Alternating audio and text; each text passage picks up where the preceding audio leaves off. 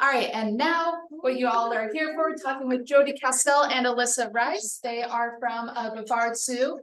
Jody Cassell is the director of conservation at the Brevard Zoo. And I'm sorry, Alyssa, you are? I'm a conservation coordinator. Nice, yeah. So yeah, they're gonna give a talk. So yeah. Well, thanks guys for having us. Thank you.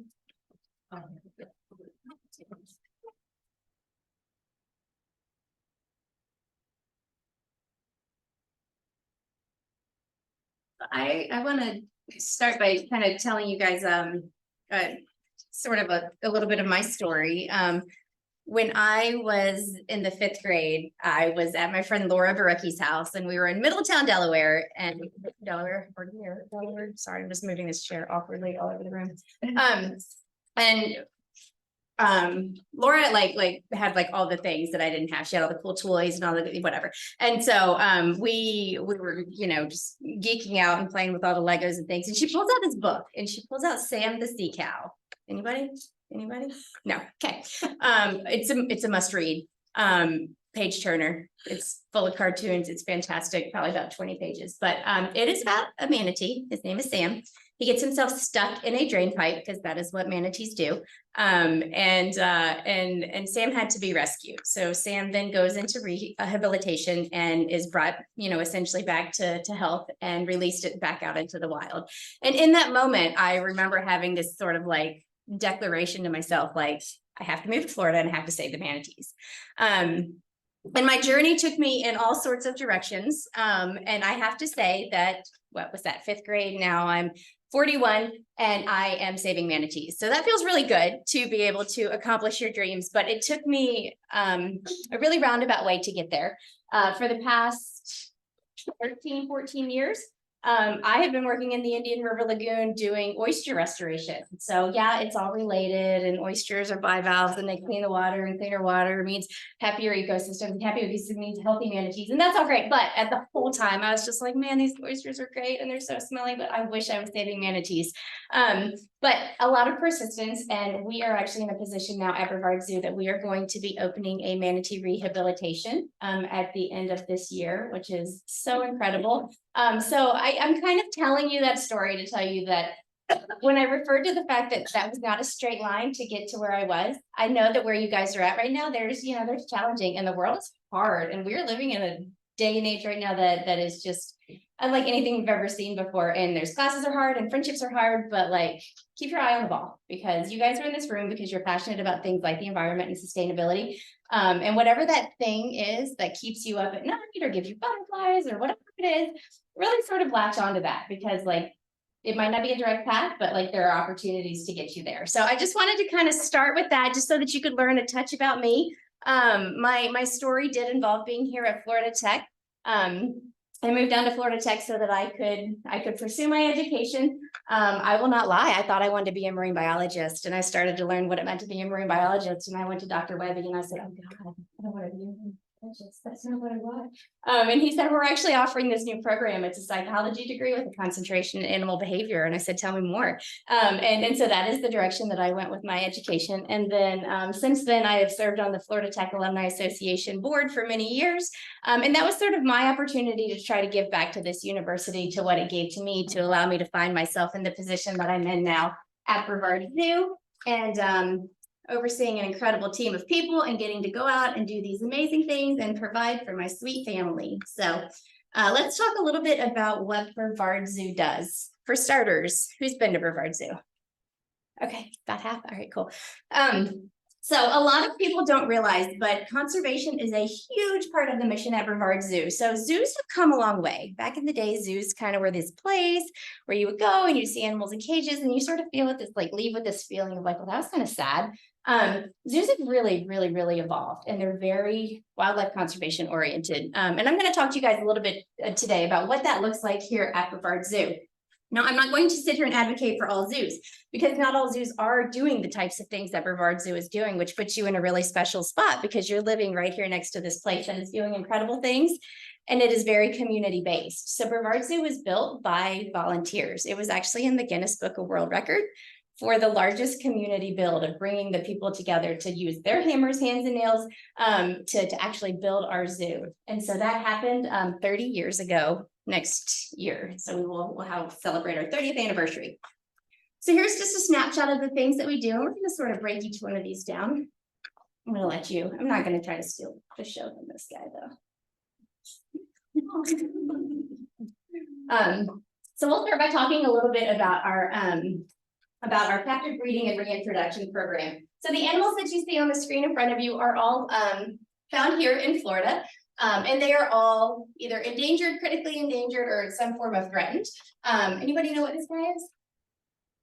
Quail? No worries, if not, you can't, all right, no. All right, this is a Florida grasshopper sparrow. It's the most critically endangered bird in North America. So it is a songbird. They're very small, very small, very little birds, little brown birds. So you wouldn't look at them and think like, wow, there are people that have dedicated their entire lives to research or birding and will never see this bird. The population of this bird had gotten down to just a couple dozen birds, and it was going to essentially go extinct. And then some of our partners with U.S. Fish and Wildlife and FWC went out, and they were able to collect some of these birds from the wild and bring them into a captive breeding program. So what we've done with those birds is we've actually been able to put them in an environment that's very quiet, very calm. It's a place where they're able to thrive. We give them just all the things that they need to do what they need to do in order to bring the population back. So just this past year, we bred 54 of these birds and released them back into the wild. And if you think about it, that population got down to a couple dozen, and we just released 54 of them. What a cool conservation story that is. Yeah. What caused it? What's the main cause of the? So they live in the prairie, which is basically kind of like that little strip of sliver down right down through the center of Florida. So habitat degradation. So everybody wants to move to Florida. Everybody has to move to that higher, drier ground. And unfortunately, a lot of the habitat in which they live was destroyed. There's other factors as well. They don't have a ton of defense mechanisms. Like I said, they're just kind of, the researchers that are out doing work with them in the field after we release them, they actually have these little tags. So we know every single bird, where they live, where they go, what they do, who they hang out with, when they're breeding, where they're breeding, who they're breeding with, all kinds of stuff. So we can track all of that information on them. And the researchers have found that a lot of the nests of the animals that we're releasing into the wild are actually getting predated by corn snakes. And so, there's always factors that are going to be working against them, as with any species in the environment. But so here's one in its very young stage. In the top right corner, anybody? No worries if you don't. Just kind of see if anybody just happens to be an expert on. So that's the frosted flatwood salamander. Those guys are found kind of up in the Apalachicola area, sort of that like northern Florida. Another species that habitat destruction, reduced water quality, amphibians, and very sensitive to ecological changes. And so it can cause them to stress, which can cause them to basically just like perish. And so we have brought some of these guys in. We are just waiting for them to get to the age of sexual maturity. And at that point, we will begin to breed them in hopes that we can reintroduce them into the wild. I will tell you, there has only been one successful captive breeding story for the frosted flatwood salamander, but it is who we are partnered with. And so when we are, coming together in collaboration with the person that does it better than anybody else, we're hopeful that we'll be able to be a part of the breeding program for these guys as well. And then we've got our Perdido key beach mouse. This is the guy that helped us start a lot of our conservation work at Brevard Zoo. They are found in a very small portion of the panhandle of Florida. Although it's Perdido Key, it sounds like it should be down in the Keys. It's not. It's right at the Florida-Bama line. And a hurricane came in and basically wiped out the population that was there. All of the dunes were leveled. But kind of along with these other stories, a biologist had gone out and collected those animals. One of them was a pregnant female, and they were able to take the handful of mice that they had collected and bring them into a mouse lab. The mouse lab wasn't successful in breeding them, and that was because they had them on newspaper and not giving them all the conditions of what they prefer. So they called the zoo and they said, this population is going to go extinct. Can you please help? And we said, well, animal care, that's what we're decent at, so sure. We put them on sand. We gave them browse from their natural, like the vegetation from their natural habitat. We play ocean sounds. We gave them salt spray, and all of a sudden the mice started to have babies, and then they had lots of babies. And we were able to do reintroductions back into the wild for those guys, and that population is now saturated and pretty low-key, and it's doing fantastic. So great conservation stories. This is a program you might have heard about. And it is actually kind of what I referenced a moment ago, but Restore Our Shores. We are doing oyster restoration, clam restoration, mangrove planting along the shorelines, and then most recently we've gotten into seagrass work. We just opened our second seagrass nursery. We have a nursery down at the Hub SeaWorld property in South Melbourne Beach, and another one up in Rockledge. That might be an opportunity actually that we should tell you more about since you're in Rockledge. But so what it is we are growing seagrasses to do transplants for them out into the Indian River Lagoon this coming spring. As you guys have probably heard, the Indian River Lagoon is in really, really rough condition right now. We do understand that there has been significant loss in seagrass, and just a couple cute nurseries that we've built are not going to outplant us of this problem that is the Indian River Lagoon, but we are trying to work towards a solution. We're also working on behavior change elements to try to help the community to recognize of what needs to be done in order to help sort of turn the tide, if you will, for the Indian River Lagoon, to make it so that whenever we do restoration projects like this, that there is a better success. But we have put in miles of oysters through the form of living shorelines, and all of this is community-based work. So if you are looking for volunteer opportunities, we do welcome you for that. Well, look at that. So cute.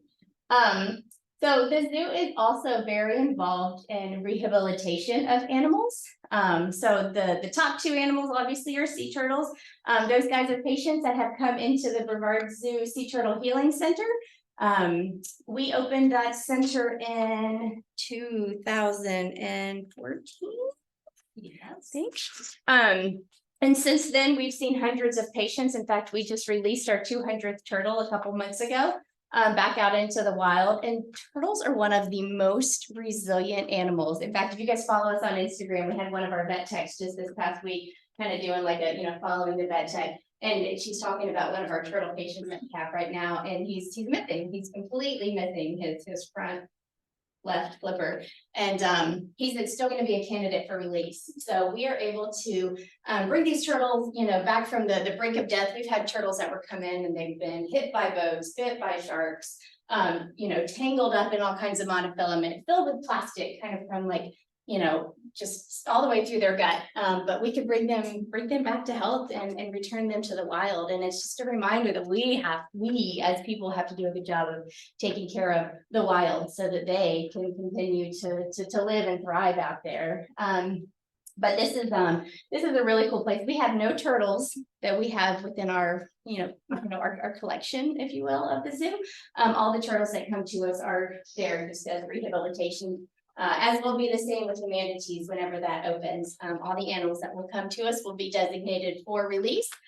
And we also help with rescues. So we've helped with the rescue of over 60 manatees and release of just as many as well. And we do that through an incredible partnership called the MRP, which is the Manatee Rescue and Research Partnership. So that's like your US Fish and Wildlife, FWC, and then other facilities that have the animals in their care. And then sometimes people don't realize, but every time you visit the zoo, a portion of your guest admission is going to go back towards conservation in the wild. So that's us giving to different researchers and such that are doing work on the animals in the wild. So you have an opportunity to vote. You can see here this giant anteater. He has a little trekking backpack on. We work with the researchers down in the Pantanal of South America, and they're doing, also has a baby on its back, by the way. It's not just a trekking backpack, but a baby. It's super mom right there. But it's incredible, and we try to make sure that we spread those projects throughout aquatic and terrestrial, and everything from your smallest invertebrates all the way to your large elephants and rhinos, because we feel like all of those species are important and should have an opportunity to survive. Additionally, when you come to the zoo, you might see these. It's a nice little memento to get to take home with you whenever you come, and we just ask for a suggested donation of $1 with that, but it's basically just species all from our animals at Brevard Zoo. And for that $1, those buttons really add up. And so it allows us to give thousands of dollars every year to animals in need. So Alyssa manages our wildlife emergency fund for us. And that means that if something happens like the Hawaii wildfires that just happened, we were able to send within 24 hours money to those folks to be able to kind of get back on their feet and do the work that they do. So there's some incredible birds, lots of endangered birds that live there in Hawaii, and were impacted by those fires. So we were able to help with that. Here, this penguin, this was from Sand Cobb, right, in South Africa, and lots of environmental issues happening down there right now. And so Sand Cobb is one that we've been able to support multiple times over the year to make sure that these chicks that are coming in are able to be fed, rehabbed, and then returned back out into the wild. So those are just two of dozens of examples. Oh, here's a cute one. Pangolin. You guys know what pangolins are? Kind of look like little roly-poly numbers. So we had heard about dozens of pangolins had been caught in a confiscation ring, and a rescue organization had taken them in and reached out, and they're like, we have dozens of pangolins, which means we need hundreds of thousands of pounds of ants. So we're like, oh, checks in the mail. And it allowed them to be able to go and spend thousands of dollars on ants so that they could feed these pangolins while they were going through their rehabilitation before being released. So lots of opportunities to be able to help. And the thing about those is nobody wants to be able to, or nobody wants to have, nobody wants to have to worry about, like, where's that money gonna come from when you're trying to deal with the crisis. So it's just a great way that our guests at the zoo are able to really help contribute to that. Okay, so we're gonna talk a little bit about, this is the aquarium, right? Yep. Okay, so we have an aquarium coming. We are breaking ground as of now, next fall, which is huge. You will notice that the campus kind of resembles that of what the zoo looks like. So you're basically an outdoor experience, which sort of takes you from one adventure to the next. This is the front entry area, which is going to be focused on the dune system of Florida, talking about turtles, turtle nesting, the Perdido key beach mouse, and the other 6 subspecies of beach mice that call Florida home. The entire aquarium experience is going to be about the Indian River Lagoon, the Atlantic Ocean, and the St. John's. We are going to have a forward-facing turtle hospital here. People will actually be able to observe not only our patients, but turtles while they're undergoing procedures. We're going to have tarpon feeding, like they have like at Robbie's down at Fish Camp, where people get the experience of feeding fish on their own. An educational area to teach about the locks and that what happens there at the port in that area. Bull sharks. So this is Shark Flats, where it's almost like you feel like you're walking. The purpose of this is to connect people with sharks so that they can actually see them more as this incredible species and not these predators. I mean, they are predators, but we don't want for people to hate them all. Fish camp, kind of a water play area. Jody's dream coming true, manatee rehabilitation part 2, because why have one when you can have 2? The Dwayne DeFries Coastal Conservation Hub, which we've named after alum here, and Indian River Lagoon National Estuary Program Director Dwayne DeFries. And then we're going to have this opportunity here where we're going to have researchers come in and students. There's going to be a lab in there specific for students. And what's so exciting about that is, since yours truly was an alumni here, and just feel like there's such an opportunity for partnerships. I've been working with Dr. Shanker, who recently retired from here, to help to design that conservation hub. And we're going to have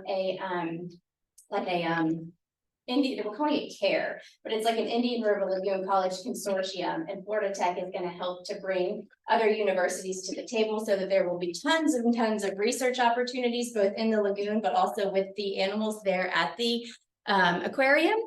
And there's going to be a tremendous amount of professional development opportunities. So there's going to be symposiums that are created just for the students to be able to come and learn about what it means to be an Indian River Lagoon scientist. All right, I'm going to turn it over to Alyssa, unless you want to do a quick pause if there's any questions there. so far. We can save them for the end if you want. Yeah. Oh, yeah, let's say it for the end. Yeah. Okay. Yeah. Alyssa will probably answer them too. Maybe. Hi, everyone. My name is Alyssa Rice. I've been working at Brevard Zoo for about 3 years, and I am helping with our sustainability programs at the zoo.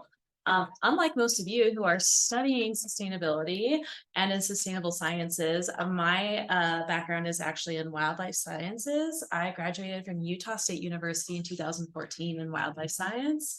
And with a minor in biology, and I've been a zookeeper for the last 11 years and just recently came into this role of conservation here at Brevard Zoo, and something ever since I moved here to Florida and started working at Brevard Zoo is something I really was always watching the conservation department, seeing what they were doing, kind of always peeking over the fence, like wishing I was there. And now I'm here and I'm so excited that I can be part of our programs and really feel that passion to conserve everything around us. And so I am stepping into the role helping with sustainability at the zoo, and I have been learning a lot. You guys probably know more than me, so bear with me as we go through our sustainability practices. But one of the things we talk about with sustainability is that when we are trying to talk to guests and even teach our own staff about sustainability, when we talk about it, it's such a broad, vague word that doesn't really mean a lot to an average person. So when people say that, they think recycling, right? And so what we're trying to work on, both with our own staff, with our guests, with our volunteers, is that, sustainability is not just recycling. It's how we need to operate. It's how we need to live our lives because, I'm sure you guys are aware with climate change, with plastic in the ocean, plastic everywhere, we're running out of time. So we really want to focus that here at Brevard Zoo. And we've been working on a master plan to bring our zoo up to speed on the most sustainable practices. And, Jody talked about our sea turtle healing center. We get sea turtles in that are eating plastic. They're opportunistic eaters. They'll just keep eating pretty much anything that floats by. And there's actually some studies done that some types of plastic will actually release certain scents that smell to sea turtles smell like food items, so they'll continue to eat them. And our sea turtle technicians, they're collecting some sea turtles when they come in. They're just like over weeks and weeks, just like defecating plastic, and sometimes they have to go in and surgically remove plastic from their entire GI tract. So that's kind of how Brevard Zoo really started focusing on sustainability, talking about plastics, because it is affecting our wildlife that we're treating in our sea turtle healing center. So we actually have a lot of ways that we're addressing sustainability at the zoo. One of those ways is focusing on our built environment. So that really it involves construction of how we build our facilities, making sure they're LEED certified, focusing on solar energy, encouraging electric vehicles with our guests at charging stations in our parking lots. When we built our Rainforest Revealed area, we rebuilt it 3, maybe 4 years ago now. We redid our entire life support systems. They put in these huge recovery tanks to help filter and recover the water, so they weren't having to bring in as much new water and filter as possible. We can reuse it and clean it and put it back into the systems. I work with other departments to also try and keep track. This is just a little bit of our water usage. This was from just April and then the year for the previous year. So we try to focus on finding trends and so that we can address those and improve our systems here at the zoo. In the meantime, we try to focus on the really basics of sustainability, which we talked about was like recycling. And we talk a lot to our guests about reduce, reuse, recycle. Everyone knows the 3 R's, but most of the time we forget about the first 2 R's, the first one being reduce. So we're trying to really work with our guests. In our gift shop, we switched out from plastic bags to reusable bags. At our cafe, instead of getting single-use items, people get reusable trays, forks, serviceware that they can return that we can reuse constantly. We have 2 water bottle refill stations in the zoo, so we're really trying to work on behavior change as well. When our guests come, they are essentially forced to use these items, which is great for the zoo. But we are trying to work on more outreach for our guests so they can start making those connections as they visit. One of our biggest challenges that we talk about in all departments of the zoo is because, you know, our zoo exists to connect people to wildlife.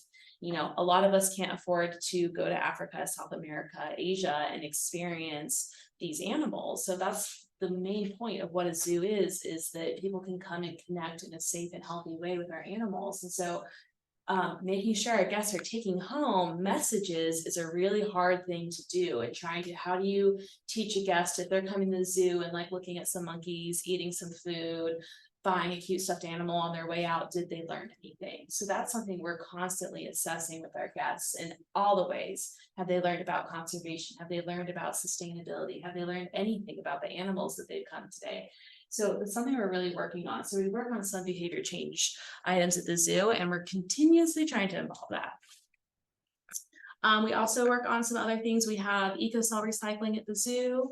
And that's available to anyone, whether they are purchasing a ticket to come inside or just want to stop by and drop off a pile of old cell phones they have in their closet, like I do. There's a box in there I need to bring by. So this is available. We really want to be a community leader, so that we can be reliable for everyone to be able to come and access us as a sustainability point. We also are working on we have a compost facility that we are getting up and running again, and we are working on it's actually located near our Africa barn. So the keepers, as they're cleaning up after the animals, they can load the animal waste into these composting facilities, and we can turn and then reuse that compost throughout the zoo in our garden beds. Another thing we do is try to offer specialty recycling. So in addition to curbside recycling, we have this area for our staff. They can bring some other items that the zoo produces, especially when we get shipments. We have electronics, plastic bags, everything comes in just in our normal operations. And so we actually track all of this stuff comes in. We'll take it off grounds to a recycler, and then we track it. And then that way, what we can do by the end of the year is identify some of our biggest areas that are of issue. One of the things we identified was these styrofoam shipping containers. They're insulated, they keep medications cool that come to the animals all the time, certain foods. And we actually had like a stack of 30 like piled up against one wall. We're like, what do we do with these? So it took us a while, and we were able to find a recycler, but even better, we were able to find a local shipping business that actually loves it when we bring these in, because then they're free for their customers. They don't charge customers for donated items. So we always know that reuse is better than recycling. So if we can find something better than that, we aim there. So we offer this as well. One of the things we actually just wrapped up this weekend was Jazz Zoo. Jazz Zoo is our annual music festival, and we really focus that event on making it as close to zero waste as possible. We're not quite there yet, but we're pretty close.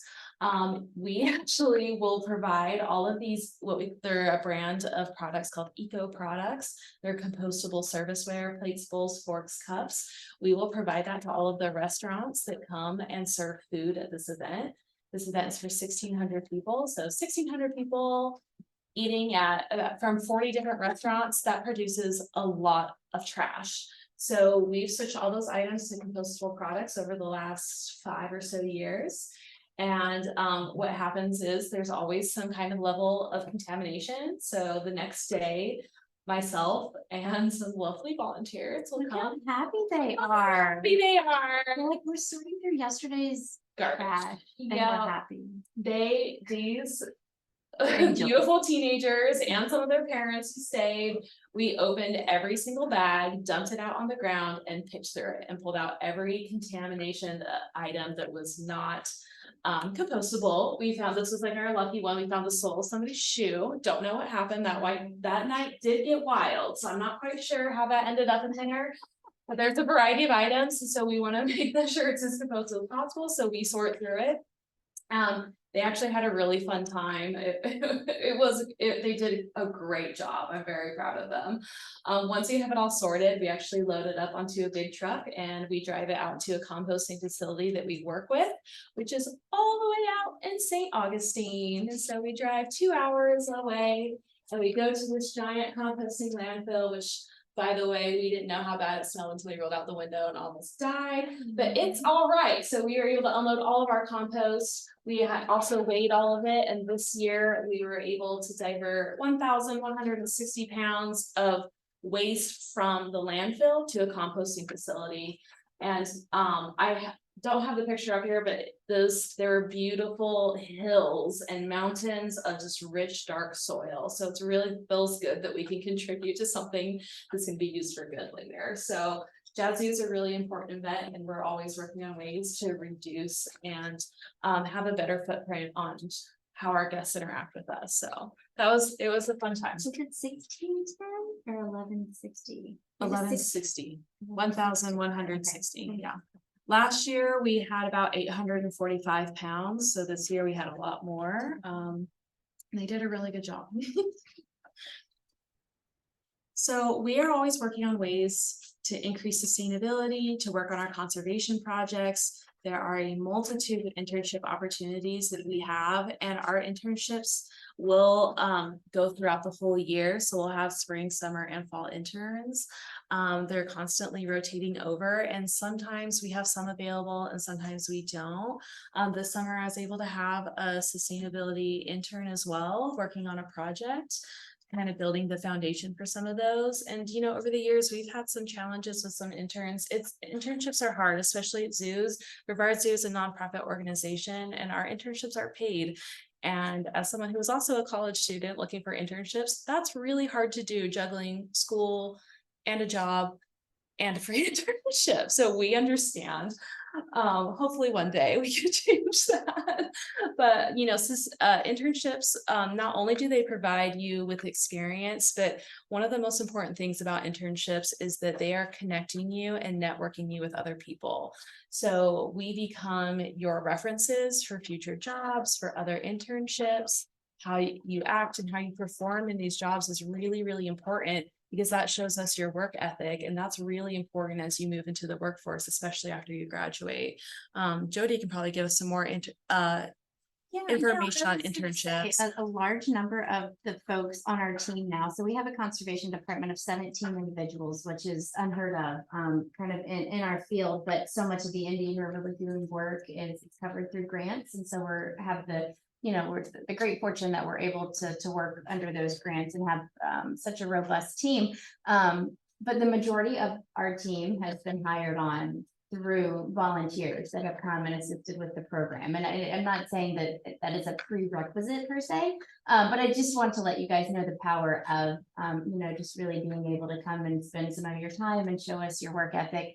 And it's a good opportunity for you to decide, like, is this a fit for me? It's a two-way street. You know, when you guys do get out in the world and you're starting to do these interviews for careers, it's not just are you a good fit for them, but are they for you? Because you're going to spend more time of your life there than your waking hours than you are at your home.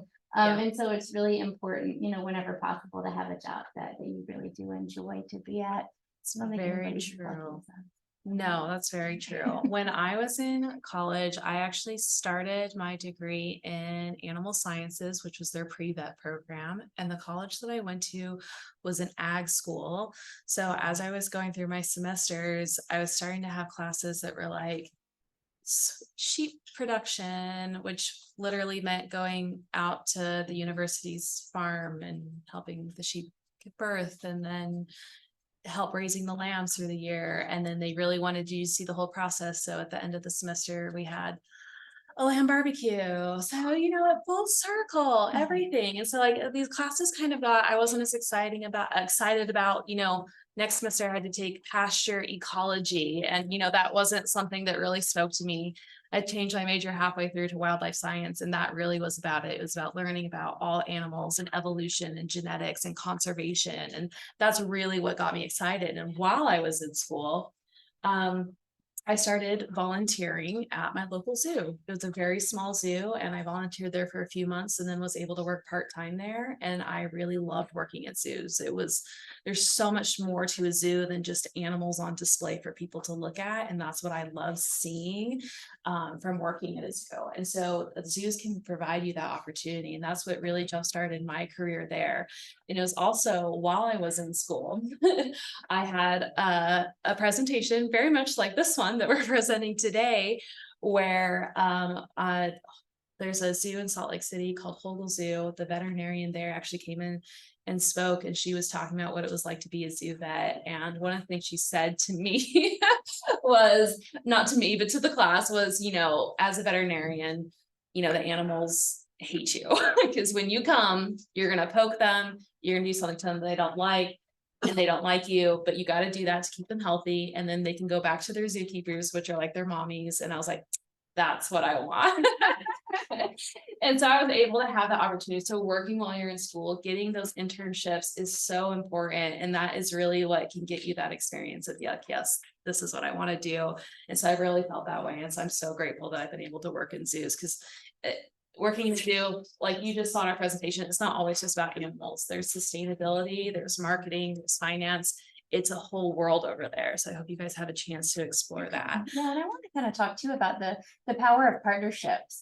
So I had the opportunity to meet Zach, who had been a student here, and is now he worked Philanthropy. I'm sorry. Oh. The Satellite Beach.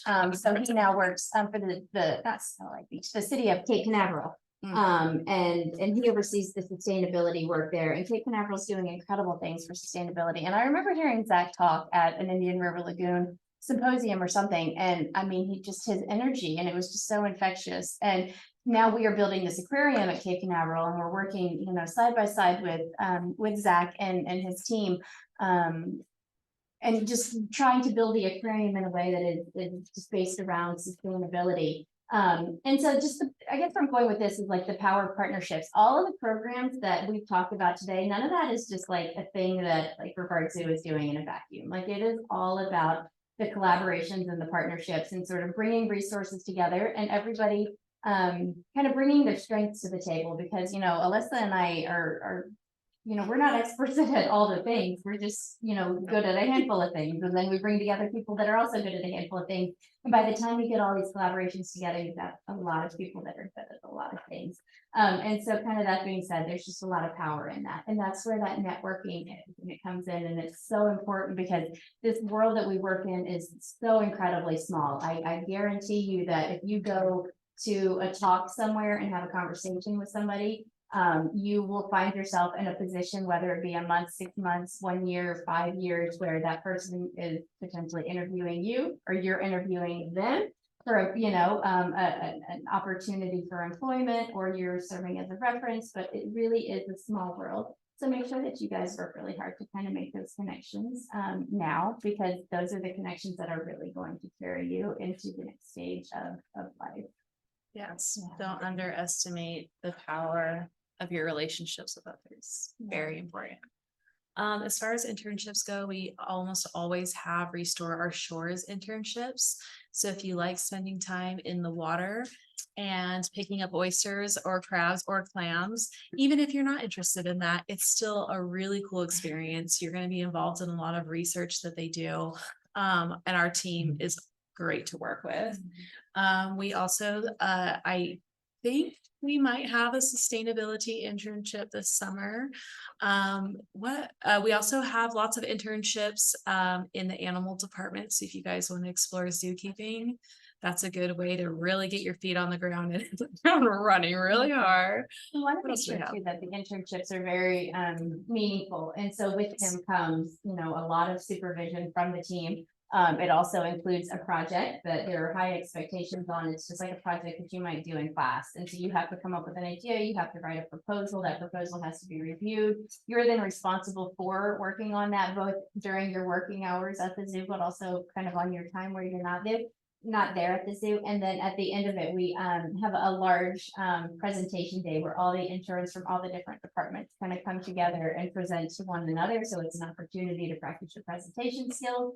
opportunities for, critique and praise in that. And so, I mean, we try to be very thoughtful in the process and sort of treat it as so, but as Alyssa said, at that point, if it's a positive experience, we want to be your references. We want to be able to help do mock interviews with you for, for your next steps in your career and such. So We want to be a foundation for you to build your career on. So that's what we're here for. So do you guys have any questions? Yeah. One quick thing, if you guys have to, do your little class setup thing, totally okay if you have to do that. I don't know what time is, but if you gotta do that, you can go ahead and do that. Second thing, Zach will hopefully be able to bring in Zach. I'm actually mentoring with him and stuff. Yeah.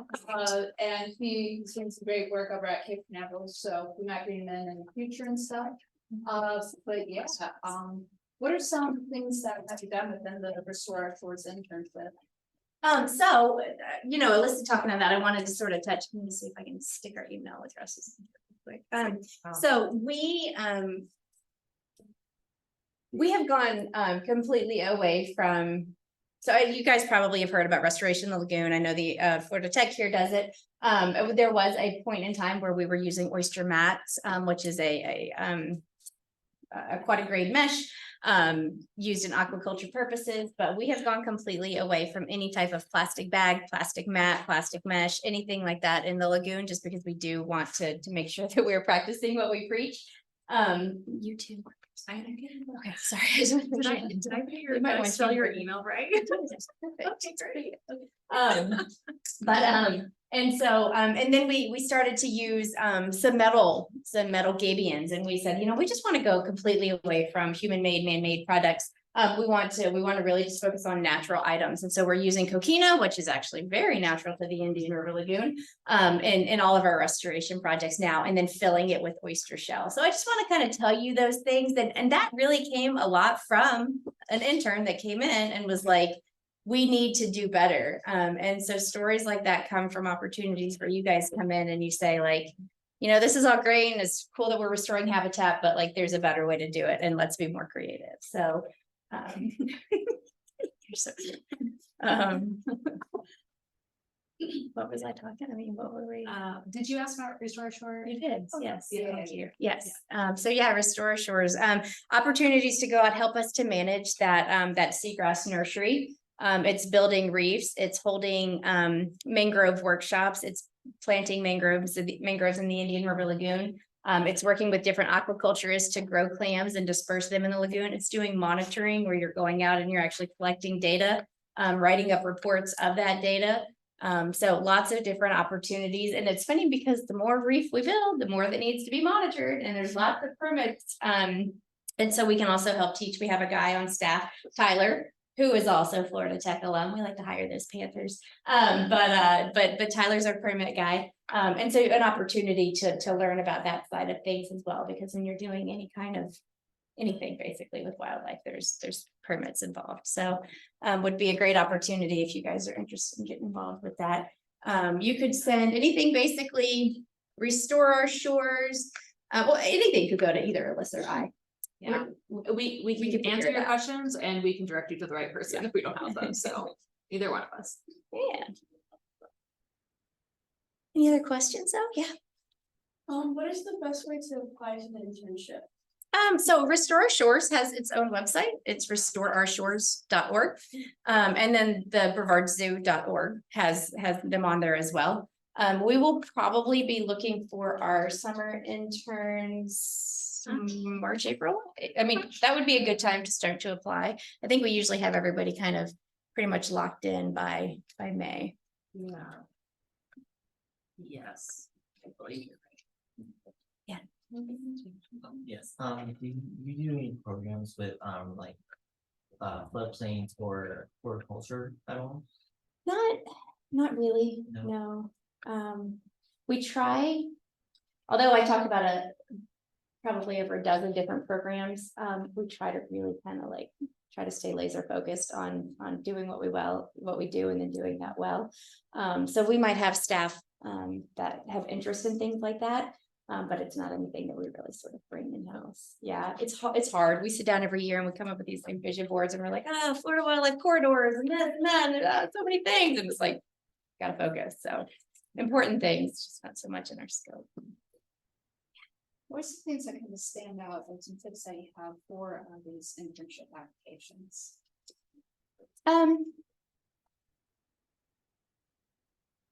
We understand like the people are busy, but having availability to come out and help, and kind of that, I know it sounds sort of cheesy, but that like can-do attitude of willingness to be like, I want to go in the lagoon and I want to do it on a hot summer day.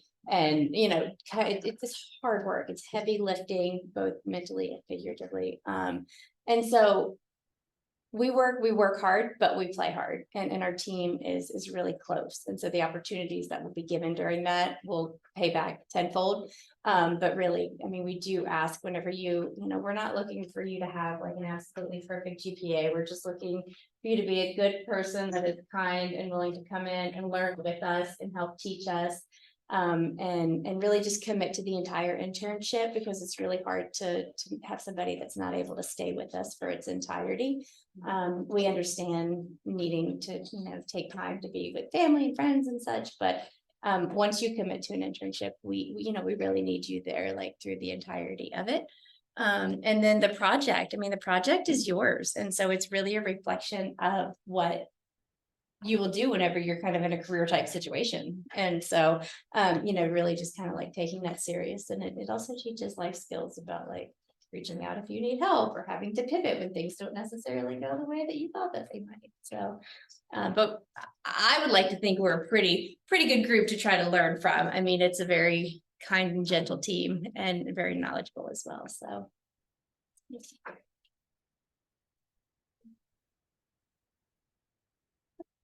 When do you think that this aquarium is gonna be open to the public? Yeah, so good question. We have some documentation in place that in order for funds that have been committed to us to come through, we have to break ground by next fall. And so there is an opportunity, if we had to, go back to that funder and say, hey, we need more time. But currently we are about 70% through all of our construction documents, so we know what it's going to look like. And we are about 67% through our capital campaign, which is involving raising over $100 million to do this. And so it's the largest fundraising event that Brevard has ever seen. We have incredible people that support us. So we are at over $68 million so far in order to do that. But it is still going to require us to take out a lot of money to help finish this. And I tell you all of that because I want you to understand that if I just like throw out a date, like there's a really good chance that that's going to change. But we're looking after next year's groundbreaking. We're looking at probably about 3 years of construction.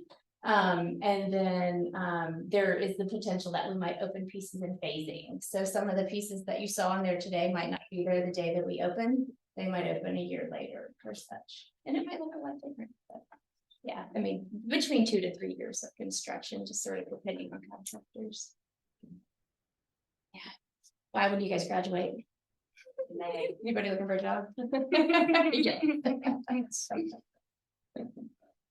And that's cool too. So we've started a program with Cocoa Beach Junior Senior High. Well, we didn't start it, they started it, and we kind of helped consult with them on it. But essentially kind of starting an aquaculture and sort of getting students certifications to help to provide them with the skills that they need to go and get jobs in aquaculture and water quality monitoring and testing and such. So oh, look at that. Here's what's expected.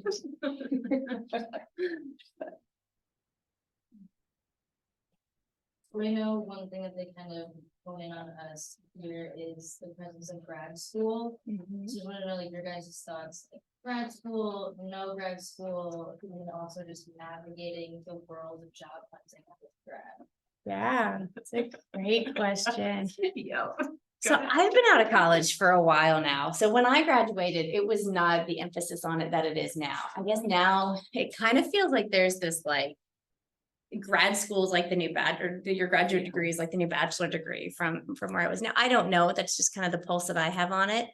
I will say whenever we put out a job description, hundreds of overqualified people. And it's just like, it's always overwhelming. And so, the things that stand out to us whenever we're doing that, obviously, study hard, get good grades, do all the things.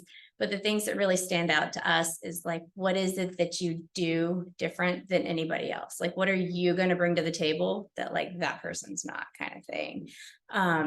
And you have to really try to find a way to work that into your resume. So I'm not going to sit here and say grad school's for everybody. But if it's something that you're passionate about and you have the resources and you have the time and you're able to do it, absolutely do it. Or go into the working world for a little while, figure out what it is that you really want to learn more about. Like Alyssa said, it was when she made that change. Same for me, when I made that change, it was like, this is where I want to spend my time and energy. If you find something you're crazy passionate about, go back and get a graduate degree in that. Go back and get another graduate degree in anything if you want. I think it's an individual journey. But I will say that there is an emphasis on it now. I think more than ever before. It's very knowledgeable. When I was in school, it certainly was like every job, even as a zookeeper, required a bachelor's degree. And most of the time they didn't really care what it was in. They just wanted you to have it. And definitely didn't feel like I was using the skills and education that I learned from my degree for that job. It's a lot different now. I feel like even some of those more like entry level jobs are even requiring a master's degree. So like she said, it is starting to feel like it is the new bachelor's. Depending on the field you're going into, that can look very different. I think if you are more interested in doing research, I would look into or talking to your advisor about going into grad school. A lot of the research jobs, even in zoos, there are whole research departments. They're all under PhDs who are doing that. So that could be something you want to pursue. And when we look at applications, correct me if I'm wrong, it's not whether, like, if you have a degree, that's not going to necessarily be the deciding factor. Like she said, it's going to be everything else that you can bring to the table. Because I come from an animal background, a lot of people apply for animal jobs. And most of those people have bachelor's degrees, and then they also, their experience is they have a dog at home, which does not count for our needs. It's great, but it's not quite there. And I think one of the things I've seen a lot, especially with interns and entry-level positions, a lot of people talk about how passionate they are, which is great. You absolutely need that, so that everyone who is applying for that internship or that job is passionate. So that alone is not quite enough to set you apart from everyone else. So if you try to take a step back and really think about why you want to pursue that and look at the bigger picture down the road. And also, when I was in college, I got pretty scared of like, do I want to do this for the rest of my life? And that kept tripping me up. And so knowing that every one of you could graduate with the exact same degree, and there are such a diverse range of jobs that you can apply for. No matter what your degree is, everyone's journey is going to look a little different, and it does not really determine your forever pathway in life. It, depending on where you go, you can pivot easily. So don't feel like you're going to get stuck in one area or another. You can pursue one area, and like if you are not in a degree where if you're studying sustainability, but then start doing Restore Shores internships where you're learning about the lagoon, and then you could start to pivot about sustainability in the lagoon. There's ways to build off of it. So don't feel like you're going to get stuck in one corner. I think that's something it took me a long time to learn. Yeah. When I was a student here, I really wanted, I was in the work study program, and I really wanted to be at the zoo, and I went down to the work study office, and it was like, oh, there's not positions at the zoo. And then I called the zoo, and I was like, I really want to do this and have this work study. And they're like, yeah, I've done that in the past. And I was like, how can we make this happen? And long story long, I basically like created a work study position at the zoo so that I could get it. Like, that's so Jody, isn't it? Yes, it is so Jody. I was like, no, it's not the answer. And so I did my work study, and then my hours ran out, and then I was hired on part-time, which turned into full-time, and and it's allowed for so many doors to open. And so I guess, kind of the moral of that story is just you know, like I said, kind of find your thing and find people that believe in you and just work towards, you know, what it is that you want to manifest it, make it happen. You guys got this. Yeah. Yeah. What other questions? Yeah. That work study position you were talking about, do you think there'll be like more of those in the future? So that would be a Florida Tech question. So I think that there's a lot of missed opportunities between Florida Tech and Brevard Zoo. And I think that there's a lot of really cool things like Darby Proctor and the work that she's doing with her students in animal behavior to collect information off spider monkeys, which is just absolutely mind-blowing that no one else in the world is doing. I mean, there's some incredible partnerships, big aspirations for the future with the aquarium, but it would be nice to see that. So that's something that the school would contact you for, and then you would like say whatever.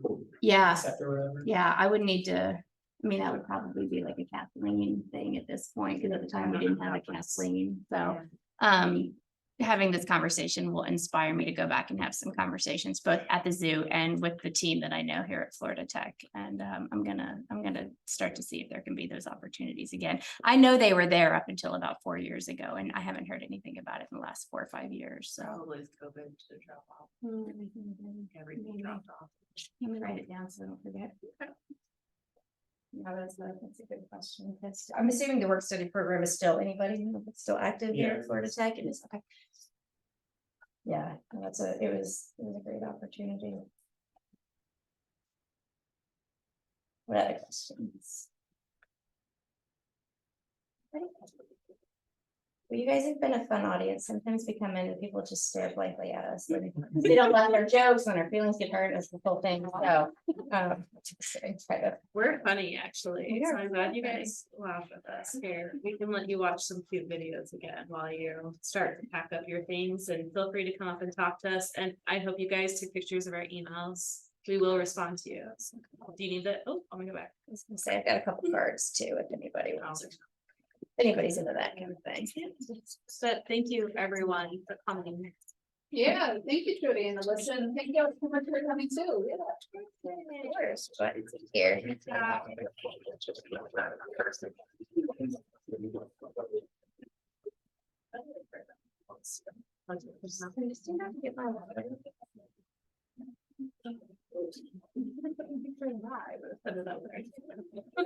Are those dudes like in Bradford now? No, those guys are in Perdido Key, which is up in the Panhandle of Florida, but they're in of the South, which is here in Brevard, and it's on the South. They find a lot of them. We partner with them to go out and do monitoring and such with those guys as well. Career fairs in the future. I don't know if that's. Yeah. Were you the zookeeper over in Rainford? Yes. I shadowed you one day.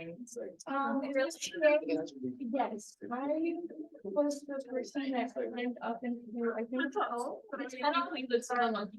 Yes, and then the ladder broke right afterwards. It didn't break, it was just. No, it was there, like. Yeah, there was. That was the other one. Yes. I remember getting you guys. Yes, yeah, I went to town, but then ladders got messed up and my partner couldn't go to the tunnel. That's right.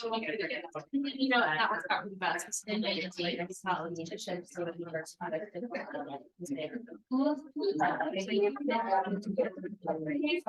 It's why you're playing that's great. That I've ever said it here. When but shadow is so many everything. I still really about it. It's fun. Which is why we never. Here. I know That's funny. That's funny. That too. Yeah, that makes. Like.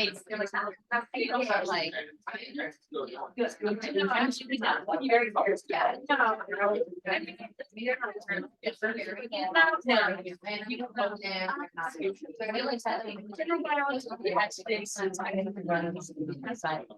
They, Yeah, and so my mom was saying, like, that's great, and like,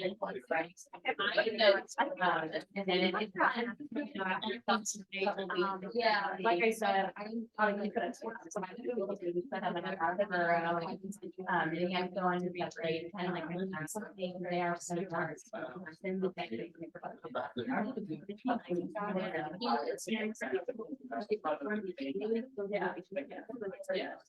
know you're.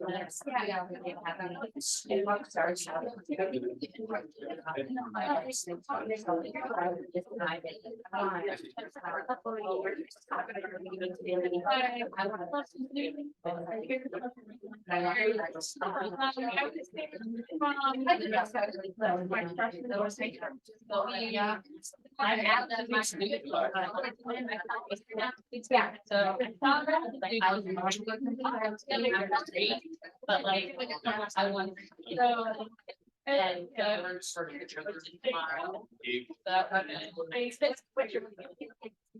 Right now. Definitely. That I have. Small amount. But I have to leave it in my just kind of. But I tried to stay at my. I was slacked and. It's very off. You know, when you're out. I've seen it. It's very hard. They're on out there. Yeah, I'm not gonna lie to you. Yeah, this kind of cool. I don't know how.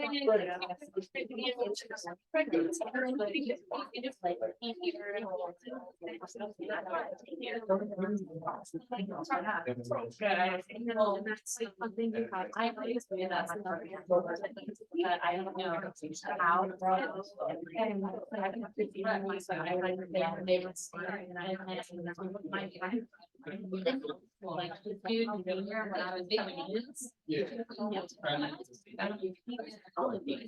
And I was like, I work for free and you say, I still just. Wait for the return. And that's what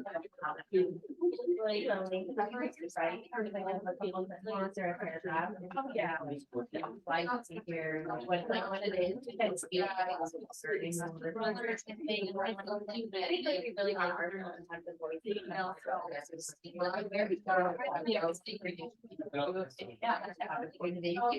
Do that.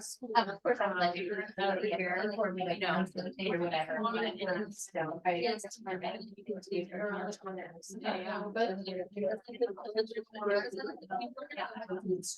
Brother is like. Yeah, I didn't really learn about it. It was more like I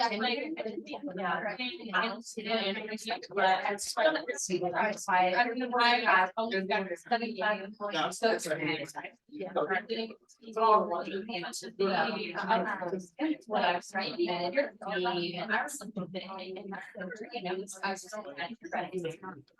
I know that's I do remember when I really right now are they working as well.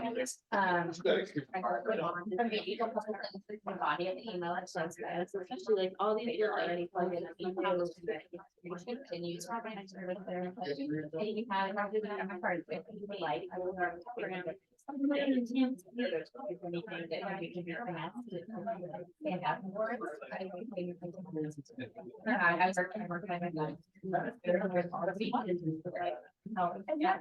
Diane Gray, and our people, they gave me some answer.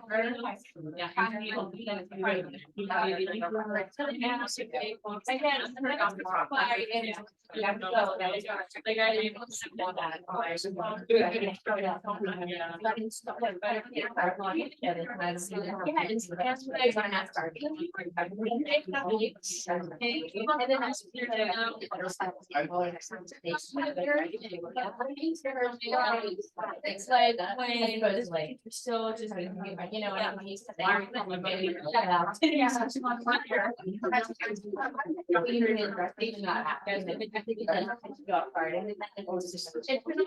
I mean,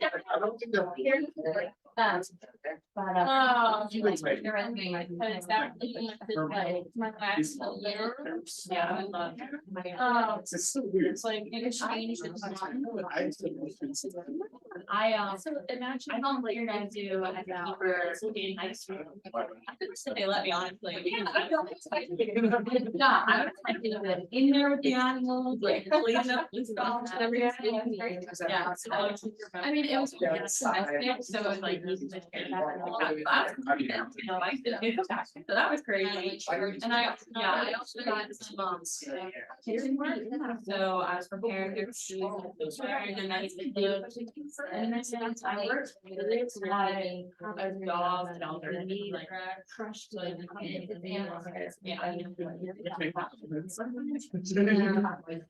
so and I had and my dog, they were called Kingsbury dogs, but they were dogs that they didn't really have a good speaker. Like they were able to talk good and I got great. So I hope that do it all.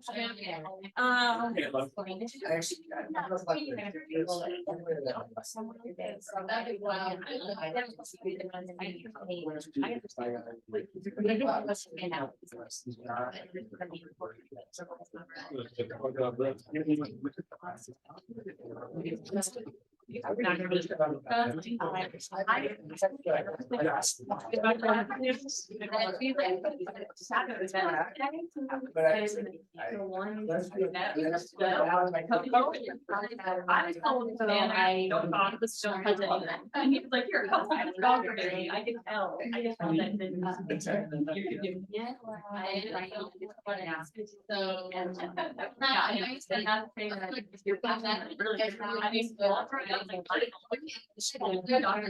I used to bring out my phone. I find it like a bird that got like railed, like back tail, and I all yeah, real. Me and originally November.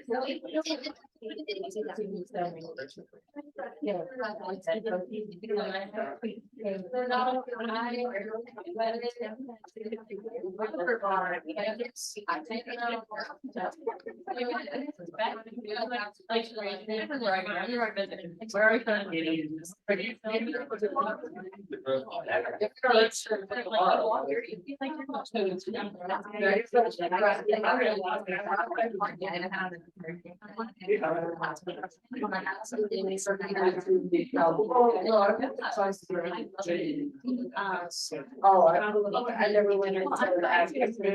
I don't think it's my city there, then it's an add drop. I tried to like As I'm doing it. No, when it's involved, then I. It's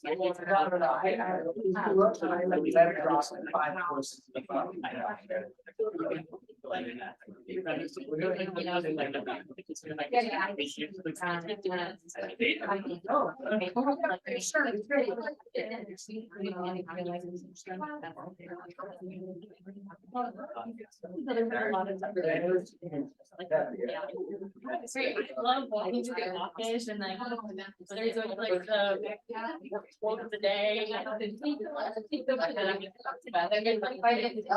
Yeah. All of the pictures of like everyone's and stuff, like it's just. I would. I'm walking through. Yeah, every time I'm always. Right. You're right, but. The most like.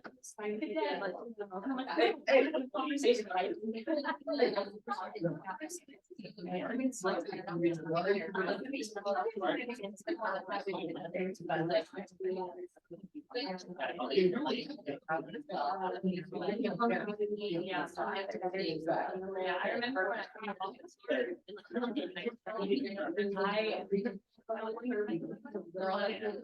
had being with them, she was like, hey, I'm willing to, and then I'm there by myself, and then she would like talking about my friend and parents, they're by myself.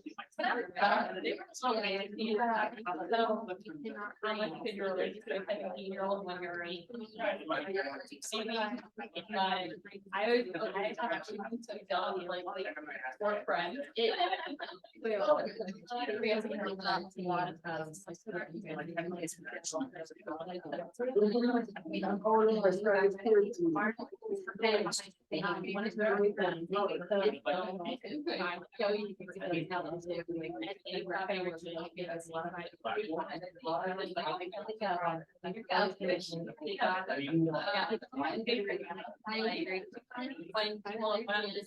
I can't, but people like ask me a question and I'm proud and I'm telling them everything, like I love all the crowds. Yeah,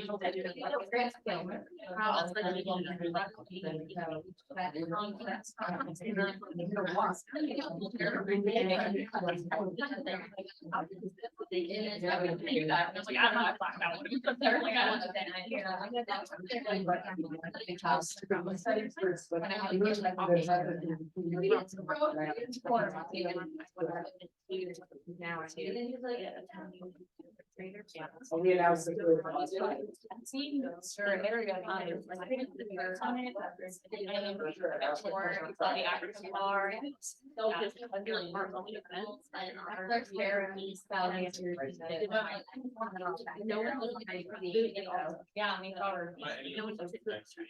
so, yeah. And there's really many things that come down in like.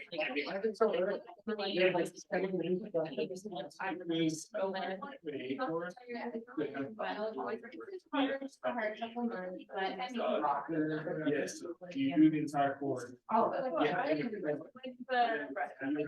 Flawless. That sounds like so, yeah. The first thing also is interesting, but it's Yeah. really like.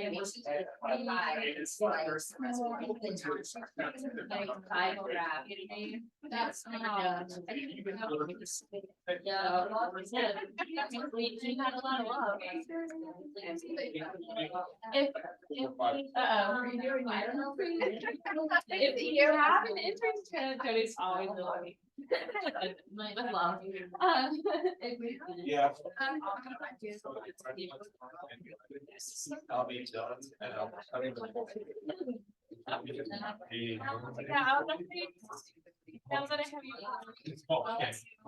on like. Well, once off the ground. They won't get it done, so they'll get- yeah, it's after, later. On the step, kind of like, You know, if we there's got not-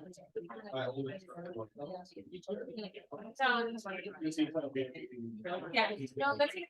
And I know. I know it's. I can't do that. Oh. I just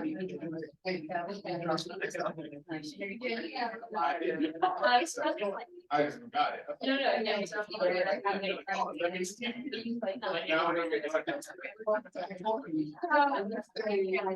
Right there. Crossed off the thing.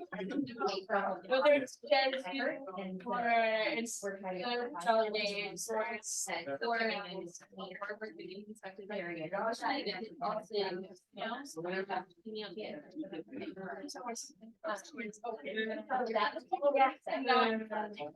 I know.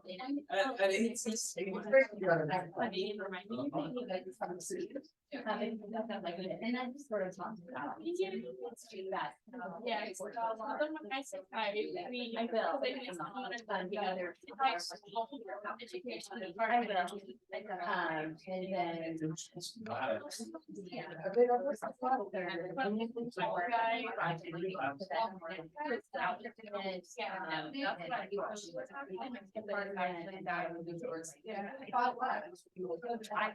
So I think it's that one area. we've been working on. That's the area that- I don't know. It's not.